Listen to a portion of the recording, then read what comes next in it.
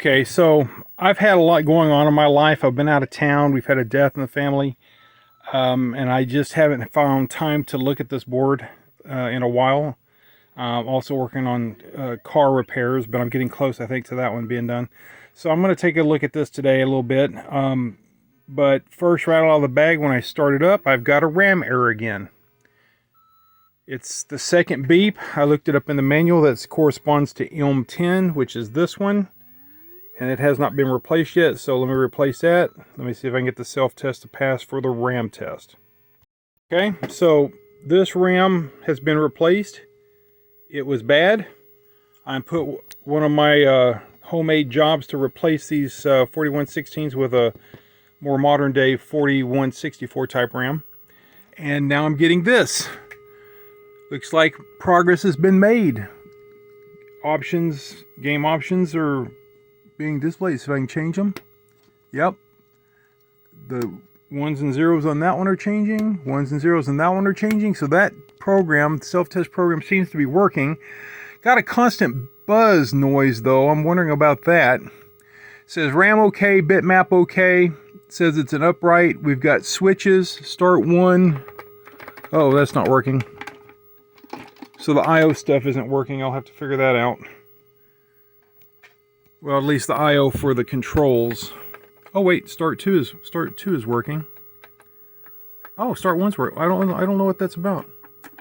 That's probably not hooked up, and this isn't hooked up. So the only things I have are start 1 and 2, and those are working.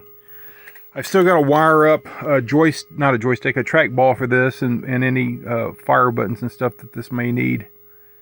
But just trying to get the board running, and I don't know about this. This looks strange, and that beeping noise. Let me refer to the manual, and I'll be back. Well, I was leaving this board powered up while I was reading through the manual on my phone, and I heard a pop, and then the screen went blank, and the sound went off, and the light was barely glowing. Let me turn it back on and see if it does it still. So turned on this time. Okay, it came back. Well, that's weird. I heard a definite pop, like something had too much power or something, but it came back on now. Alright, well, let me look around and see if I can see something obvious. Okay, I believe I found the problem. It looks like that capacitor right there blew up. It's blackened and has a crack in it, so I believe that's the one that popped and then temporarily shorted these two lines together. I believe this is positive 12. Let me confirm that, but I think this is between 12 and ground, 12 volts and ground. It could be minus 5 and ground, though. I'm not sure. Let me find out for sure. I'll be back. So this side is ground, and this side is minus 5, so that's a minus 5 volt bypass cap. It's so insignificant, it's not even on the schematics anywhere. The 5 volts, the plus 5 volt capacitors are shown on the schematics, but not the minus 5. So I'm going to chop that out, and I'm not even going to replace it. I'm just going to remove it. It's not going to be needed. As you can see, there's a bunch of them here already. So one less isn't going to make a difference. Weird that it popped. I've never seen one of these type of diodes pop. Usually it's tantalums. I don't believe this would be a tantalum. Not sure what these are. Just it's a glass tube capacitor. So yeah, let me just remove that, and I'll continue with my testing. Okay, so that capacitor was definitely bad. It was in 2 pieces when I removed it, so it's garbage. Let's turn the power back on and see how we do without that capacitor in there. So it's a single tone. According to the manual, this type of stuff here is an error. It's supposed to be a static picture. Well, it's supposed to be a picture of a planet, and it's supposed to be rotating. This type of stuff here might be, according to the manual, one of these 2 ROMs here or one of these 2 ROMs here. PROMs, I should call them. So I need to pull these and see if, which one is bad or if they're all bad. I guess that'll be the next thing I do. I'll remove them, but I probably won't get a chance to test them anytime soon because, I guess I could test them. I've got a programmer that will test them. So that'll be my next move. I'll test these PROMs and see if they're good or not. And actually, I may be able to go ahead and progress through the self-test. let me see if I can get past this and see what the rest of the self-test looks like. Let's see. Oops. Okay. Average gameplay. EA ROM bad. Now that's okay. The reason that's okay is because I don't have negative 22 volts for the charge pump to generate the voltage it needs for this guy to work. This could be bad, it could be good, it doesn't really matter. Let me see if I can get past this. Oh, okay, so that looks promising. That looks pretty good. And now that's different colors. Let me keep going through this. I hope I keep overdoing it. So it's got the grid. Just doing the test again. Anyway, we've made good progress on this. This is starting to come around, but that planet is not right. So it's going to be one of those problems according to the manual, the schematics. Let me take it out of self-test and see what we get. Oh yeah, we're running, but we don't have a planet. This is excellent. It's looking promising.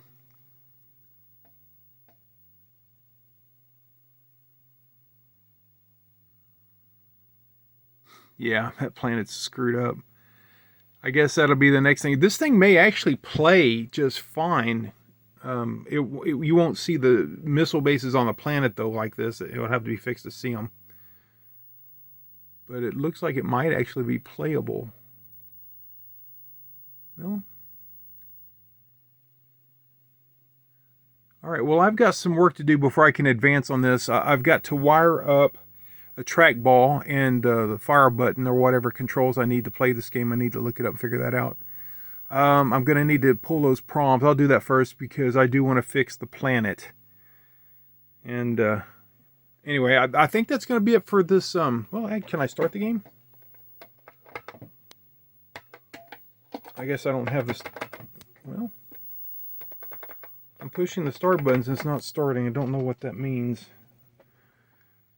Let me put it back in self-test. One more quick test here.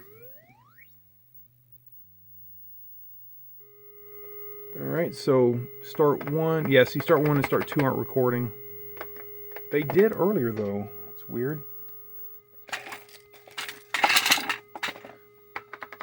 Nope.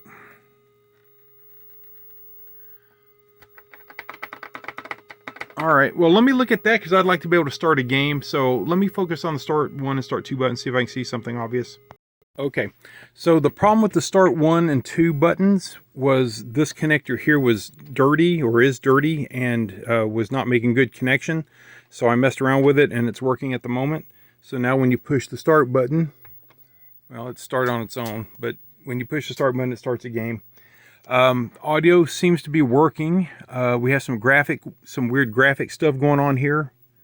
That indicates to me probably a bad RAM or something. I'm not sure. But so I've got those weird graphics problems and I have the planet. Now, first thing I'm going to do is replace this chip here. I probed all 4 of these proms, and this one has outputs that look weird. The other ones look clean. This one is not clean. So I think this one's bad. I'm going to pull it out and check it, put a socket there and replace that. I may go ahead and pull both of these and build a board to replace both of them with a single high-speed EEPROM or a double EEPROM. So I'm not sure what I'm going to do. If I don't want to replace it with one of these because these are expensive. I mean, these are like $15 each for a blank one. And I can have a set of boards and program a chip, have a set of boards made and program a chip for about the same price. So anyway, that's where I stand. The next thing I'm going to do, like I said, is remove that and put a socket. And that's going to be it for tonight. Thanks for watching.